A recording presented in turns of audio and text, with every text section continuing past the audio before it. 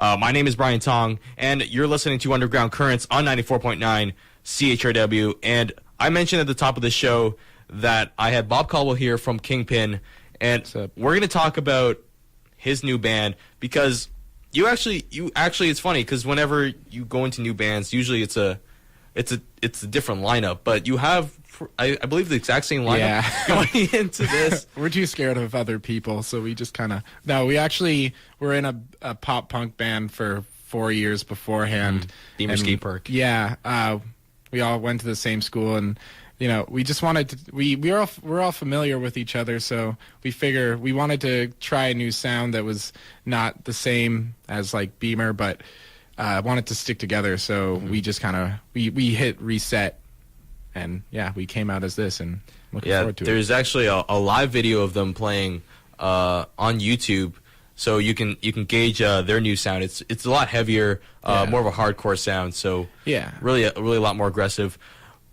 Have you ever played this kind of style of music before in terms of hardcore? What made you want to change? Like you know what? I'm going to change from pop punk, all these melodic lyrics into rage, depressing, like raging. No, it was mainly just. Well, when I got into college, I had been listening to a lot of melodic hardcore, like new age hardcore, like Counterparts and La Dispute and Being Us and all those people. And it was also just kind of a huge shift to go from high school to college. Like just in general, that's a big turning point in your life. And I had found that the lyrics that I've been writing were a bit more dark and less, because in high school you're just having fun, don't really care, and then college, all these responsibilities come hurtling towards you. And I don't know, I just kind of started writing heavier and like depressing music for some reason, and it actually works a lot better for us. We feed off each other and vibe off each other a lot easier with this new sound, I find, and it's all really tight. So were you the one who told them the news, like, hey, like, guess what, we're going to be a hardcore band? Like, I just like went up to them and like, we're hardcore now. No, that's not. I didn't force it or anything. I went up to my drummer and Jameson, and I introduced him this song I'd been working on, and it had a lot more of a hardcore, melodic hardcore, post-hardcore kind of vibe to it.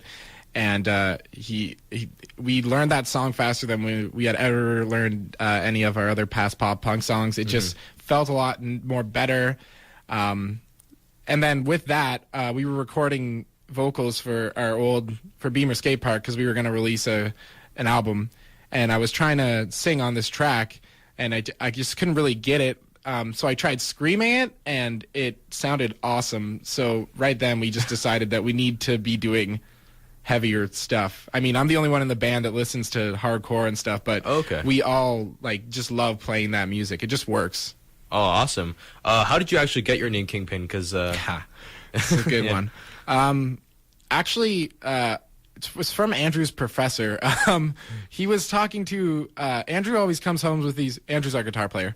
Comes home with these weird stories about how his professor says crazy things, and he's like, "Oh man, my professor was just yelling today and was like, someone needs to name their band Kingpin. That's the coolest name ever." And we all just laughed at him because it's a stupid name.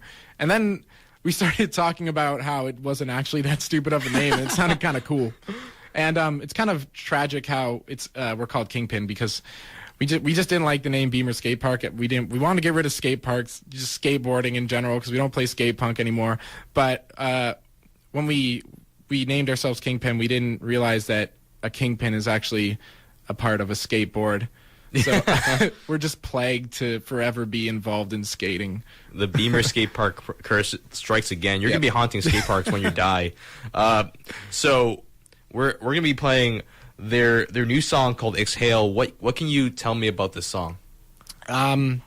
This song was a song that Andrew wrote he wrote the music too, and composed and stuff, and I wrote lyrics. And whenever I heard the song, it was, I don't know, I just got this weird feeling in my chest that I just wanted to kind of stay within this song for ever. It just, it's got this, it does this thing to you. I don't know. It just makes me feel the sinking feeling in my chest. And so when I wrote the lyrics, I was thinking about a moment in time of where I would like to just stay forever.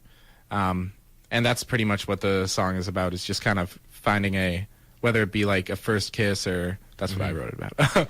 Or yeah, I know, I'm so dreamy. But yeah, basically just kind of locking onto a memory and staying there forever. Oh, fantastic. And we're going to play it right now.